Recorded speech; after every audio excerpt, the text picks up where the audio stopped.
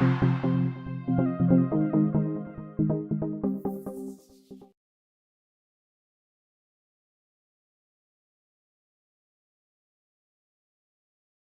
sesión más de nuestras sesiones MES Live Book Tour, que en esta ocasión, bueno, hoy estamos un poco tristes porque es la última sesión de la temporada, pero bueno, no por ello, después de verano seguramente que tendremos más y continuaremos con este tipo de sesiones y formaciones.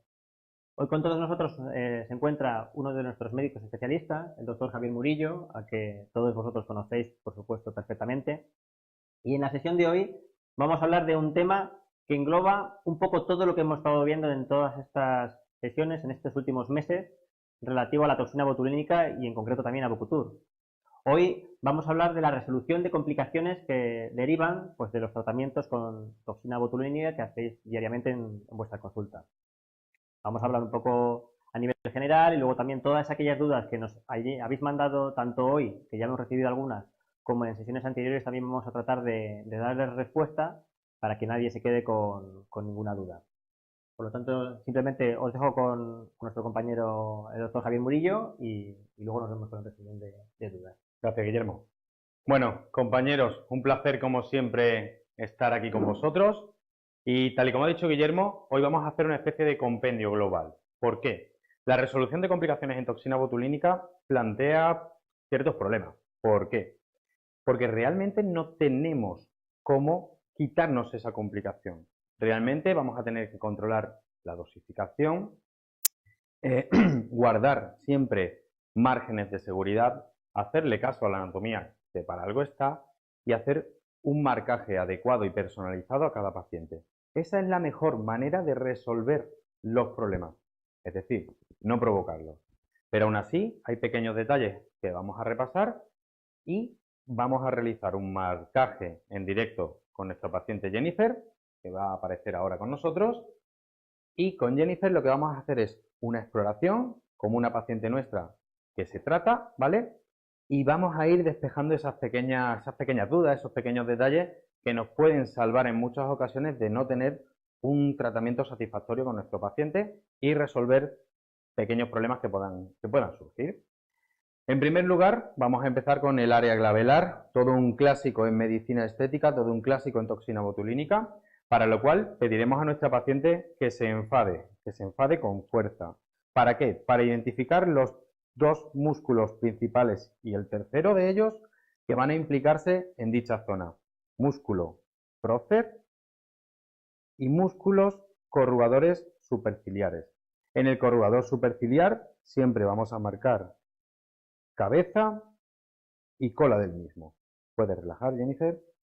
En la cabeza siempre vamos a realizar una infiltración profunda. Ya nos lo explicó el doctor Daniel Arenas hace unas emisiones.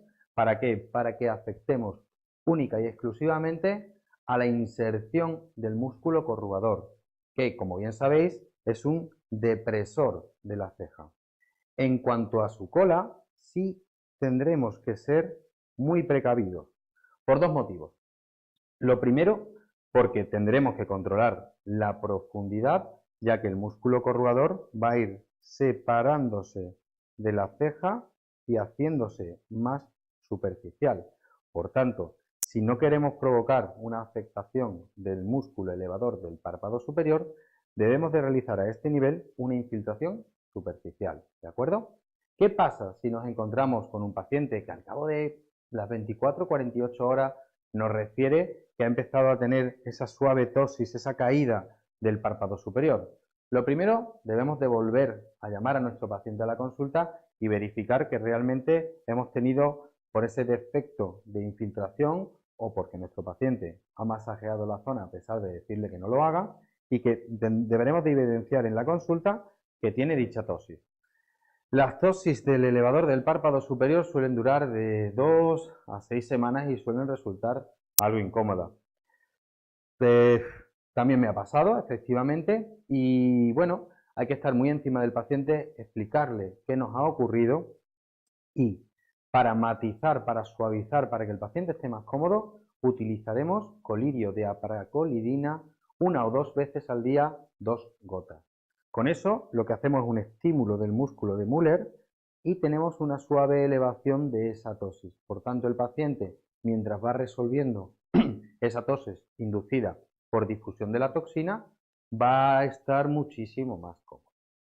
Si seguimos analizando fuera de la zona del corrugador superciliar y del músculo prócer, llegaremos a nuestro músculo frontal. Elévame las cejas, Jennifer, por favor. En el músculo frontal, la clave es utilizar bajas dosificaciones para no provocar una caída de las cejas. Si realizamos una dosificación muy contundente en nuestro paciente, podremos provocar esa caída de las mismas.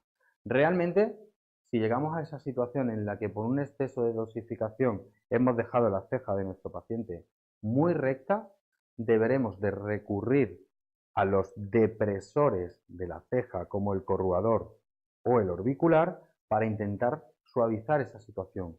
Deberemos de desbloquear punto cola de ceja y deberemos de ser mucho más contundentes en el desbloqueo, en la relajación de los músculos tanto corrugadores como prócer para suavizar esa situación de ceja recta e intentar despejar el ojo de nuestra paciente. Por supuesto, y en cuanto a frontal se refiere, márgenes de seguridad. Hay márgenes importantes como los cantos laterales del músculo frontal que también tendremos que respetar para que nunca provoquemos una caída del canto lateral de la ceja, de la cola de la ceja. Si es cierto que nos pueden venir con una complicación inducida por un margen de seguridad, que sería el famoso mefisto. Lo que yo suelo realizar en la consulta es explicarle al paciente cómo funciona una infiltración de toxina botulínica y decirle que en torno a los 10 días haremos una visita de control y si es necesario controlaremos esa altura que puede llegar a ser exagerada. Si seguimos avanzando en cuanto a posibles complicaciones que podamos tener, profundidad e infiltración, llegaremos al músculo orbicular del ojo, para lo cual pediremos a nuestra paciente que sonría, por favor. Al sonreír vamos a ver toda la banda del músculo orbicular, esa banda en la cual vamos a identificar punto cola de ceja, relaja por favor, para hacer una apertura de la mirada, en la que además deberemos de mantener una distancia de 1 centímetro con respecto al reborde óseo.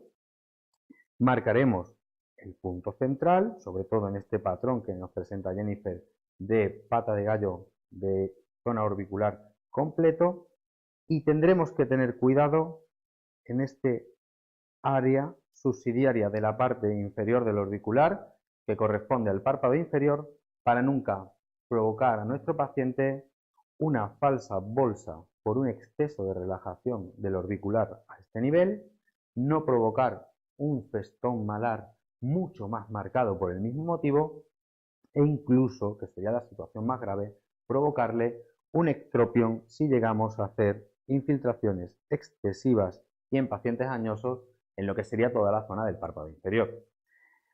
Lo más grave sería el estropión. Efectivamente, con el estropión lo que se recomienda es una hidratación constante del globo ocular y hacer una consulta con oftalmología para evitar una posible queratosis, una afectación de la córnea, ¿de acuerdo?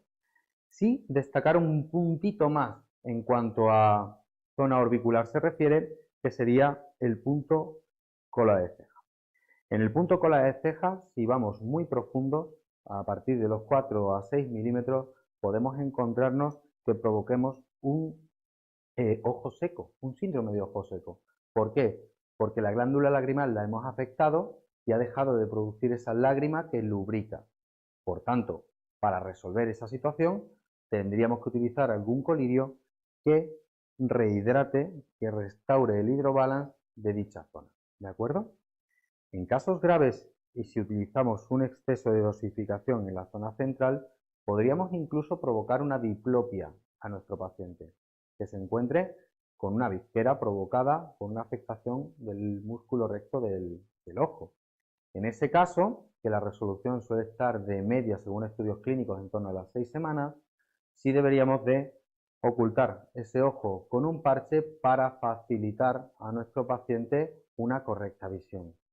Siempre explicarle a vuestros pacientes ante una complicación qué es lo que ha pasado, por qué ha podido ocurrir, porque va a ser la mejor manera de que, a pesar de esa complicación, sigan confiando en nuestro criterio, en nuestro buen hacer como médicos. Por último, sí deciros que el músculo orbicular del ojo anatómicamente es un músculo muy superficial. ¿Cómo podemos seguir evitando complicaciones? Realizando infiltraciones intradérmicas, infiltraciones superficiales, que además de ahorrarnos difusión por parte del producto, vamos a tener menor riesgo de provocar un hematoma al paciente. En cuanto a generalidades y complicaciones de la toxina botulínica, hemos hecho un repaso de las más frecuentes. Por supuesto, ni que decir cabe que el que aparezca algún pequeño hematoma suele ser frecuente, se suelen resolver de un modo espontáneo en 4-7 días sin que tengamos que aplicar ningún tipo de tratamiento.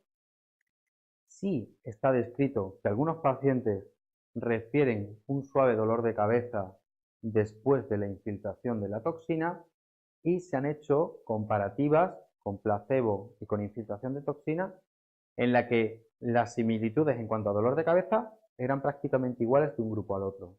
Por tanto, la explicación que mayor fuerza coge es que la punción, sobre todo a nivel frontal, tocando el periósteo, puede provocar ese pequeño daño que el paciente, bueno, luego refiere ese suave dolor de cabeza que simplemente con el analgésico que utilicen habitualmente es más que suficiente para resolverlo. Por el resto, aparte de ese dolor de cabeza, sí referiros y haceros mucho hincapié en el control de la dosificación y en el control del marcaje de nuestro paciente. Es preferible hacer una visita de control en la que tengamos que suavizar o corregir algún pequeño detalle a realizar una infiltración muy contundente, aun conociendo al paciente de 5, de 6 y de 7 años. Como bien sabéis, Bocutur es un medicamento, la toxina botulínica es un medicamento, no siempre nos encontramos de la misma manera y podemos tener pequeñas diferencias de respuesta de un momento del año simplemente a otro, ¿de acuerdo? Y ahora, si queréis, estoy a vuestra entera disposición para resolver dudas, preguntas, porque además es algo que a todos nos causa cierto interés y sería muy interesante el que os pueda echar una mano con mi experiencia. Guillermo, Pues tenemos sí, además tenemos varias preguntas que nos han ido pasando durante este tiempo. Venga, perfecto. Pues vamos a ella. Una de ellas nos comenta el doctor Ignacio Ruiz, nos pregunta: para quitar arrugas de mejilla producidas por risorio de Santorini, se produce parálisis del cigomático. ¿Cómo lo resuelvo?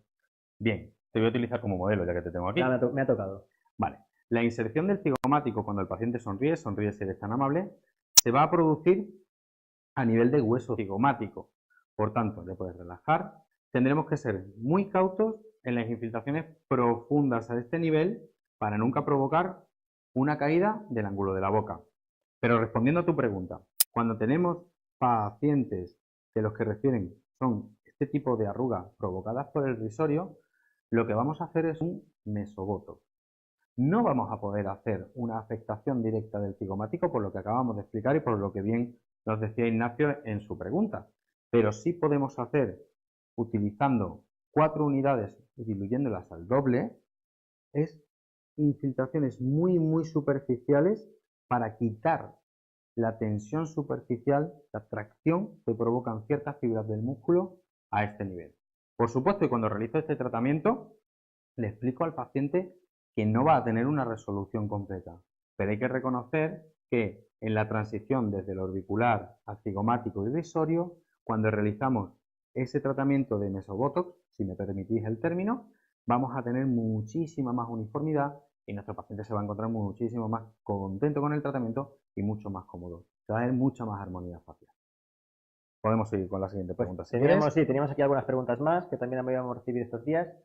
Una es, aunque yo creo que también lo has hablado anteriormente, ¿cómo resolverías una tosis de la ceja? Vale. Lo primero, con la tosis de la ceja, con una caída de la ceja, es tener en cuenta siempre músculo frontal es el único elevador de las cejas. Por tanto, si lo dejamos completamente relajado y tenemos un paciente, sobre todo a partir de cierta edad, podemos provocar que esa ceja se quede recta, se quede muy baja. Por tanto, lo primero, dosificación. Sé que soy muy insistente, pero conforme más experiencia ganamos en toxina, somos más precavidos y más respetamos los márgenes de seguridad. Porque de repente un paciente que conocías de toda la vida de Dios, ¡pum!, te hace una complicación que podrías haber evitado. Control de dosificación, buena exploración y marcaje. Y si ya tenemos un paciente que en nuestra consulta de control ha venido con una posición baja de la ceja, tendremos que reexplorar los músculos depresores de la ceja para relajarlos y que el poquito de tono que nos quede en el músculo frontal sea capaz de volver a levantarlos. Esos depresores son, como bien sabéis, corrugadores superciliares y músculo orbicular del ojo. ¿De acuerdo? Seguimos. Seguimos, que además parece que se ha animado la gente, como es el último día y la última oportunidad del momento.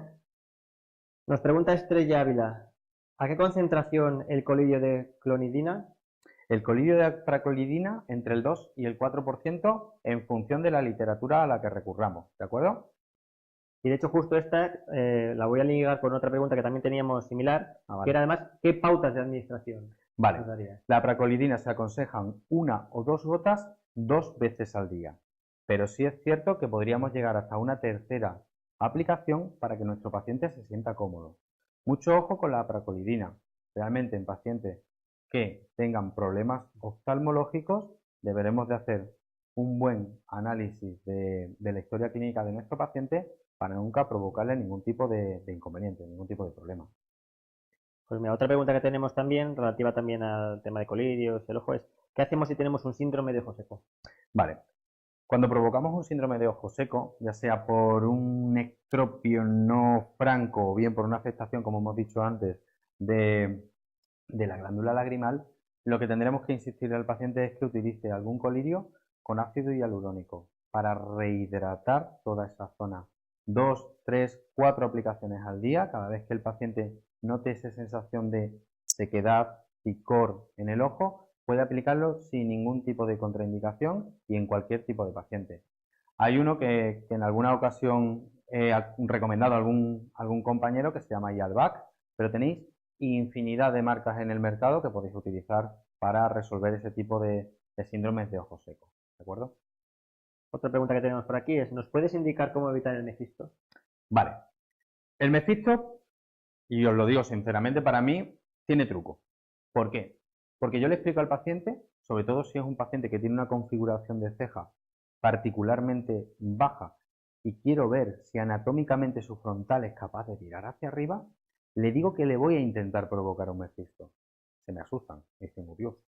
Pero les digo, te voy a intentar provocar esa subida porque luego voy a regular la altura.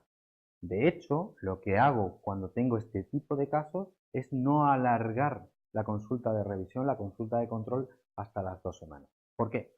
Porque voy a tener a mi paciente incómodo en caso de un mefisto franco, en caso de que el paciente nos venga, como sabéis, con una ceja completamente mefistofélica. Entonces le hago esa consulta a la semana. Voy a tener ya puntos de referencia suficientes para, aplicando toxina botulínica, aplicando Bocotur en la zona de máxima contracción, empezar a moldear esa ceja, empezar a dejarla cómoda. Pero yo se lo advierto al paciente. El mefisto no es ni más ni menos que una complicación derivada de un margen de seguridad. Entonces, yo lo que hago es revisar a mi paciente a la semana, vuelvo a hacerle su consulta de control a los 15 días, ya que además corrugador superciliar suelo darle un poquito más de tiempo, solemos darle un poquito más de tiempo para tener el máximo efecto posible y si es necesario seguir matizando esa situación mefistofélica, vuelvo a reinfiltrar a los 15 días.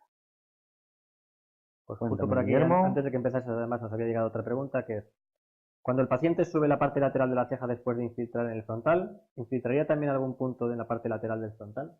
Bien, si he entendido bien la pregunta, discúlpame María, Mancha, es esa situación en la que efectivamente ya tenemos un arco de ceja adecuado, pero voy a limpiar, aunque sea de un modo un poquito tosco, estas son las cosas del directo, y es que el paciente tiene un arco, como estábamos diciendo, adecuado de la ceja, pero presenta algunas pequeñas arrugas, que son la consecuencia de ese poquito de frontal que hemos dejado libre para abrir su cola de ceja, para despejar su ojo. Lo que suelo realizar es algún punto de toxina botulínica muy superficial, para, al igual que describíamos con zona cigomática y de risorio, quitarle tensión superficial. Matizamos un poquito la arruga sin provocar la caída de la ceja. Ojo, tengo algunos pacientes en los que por su situación anatómica o por la fuerza que yo veo que describen y por la altura que hemos conseguido de la ceja, en la que lo tengo súper fácil. Suelo realizar un suave blanching con Velotero Soft y así me aseguro que suavizo esas pequeñas arruguitas manteniendo el arco adecuado de la ceja. Pues yo creo que no sé si por ahí mis compañeros tenemos alguna pregunta más. Yo creo que no. Bueno, sin más, yo creo que te ponemos las gracias por la formación Gracias a de hoy. vosotros. Y nada, hoy ponemos punto y seguido a estas formaciones en directo con nuestra toxina botulínica Bucutur, pero después de verano, en septiembre, comenzaremos y bueno, seguramente pues comenzaremos a realizar otro tipo de formaciones, aparte de con toxina, pues volveremos con ácidos hialurónicos, radies, Sí, etcétera. Tenemos ganas de trabajar todos nuestros que lo productos. trabajemos todo. Eso sí, durante el mes de julio, aunque las sesiones en directo las vamos a parar, sí que vamos a empezar a enviaros diferentes píldoras sobre otros contenidos que también posiblemente os sean de vuestro interés. Y nada, nos despedimos hasta aquí y a la vuelta del verano, pues nos vemos. Así que hasta pronto y ha sido un saludo a todos. placer, Muchas muchísimas gracias y muchísimas gracias a nuestro paciente Jennifer. Un saludo.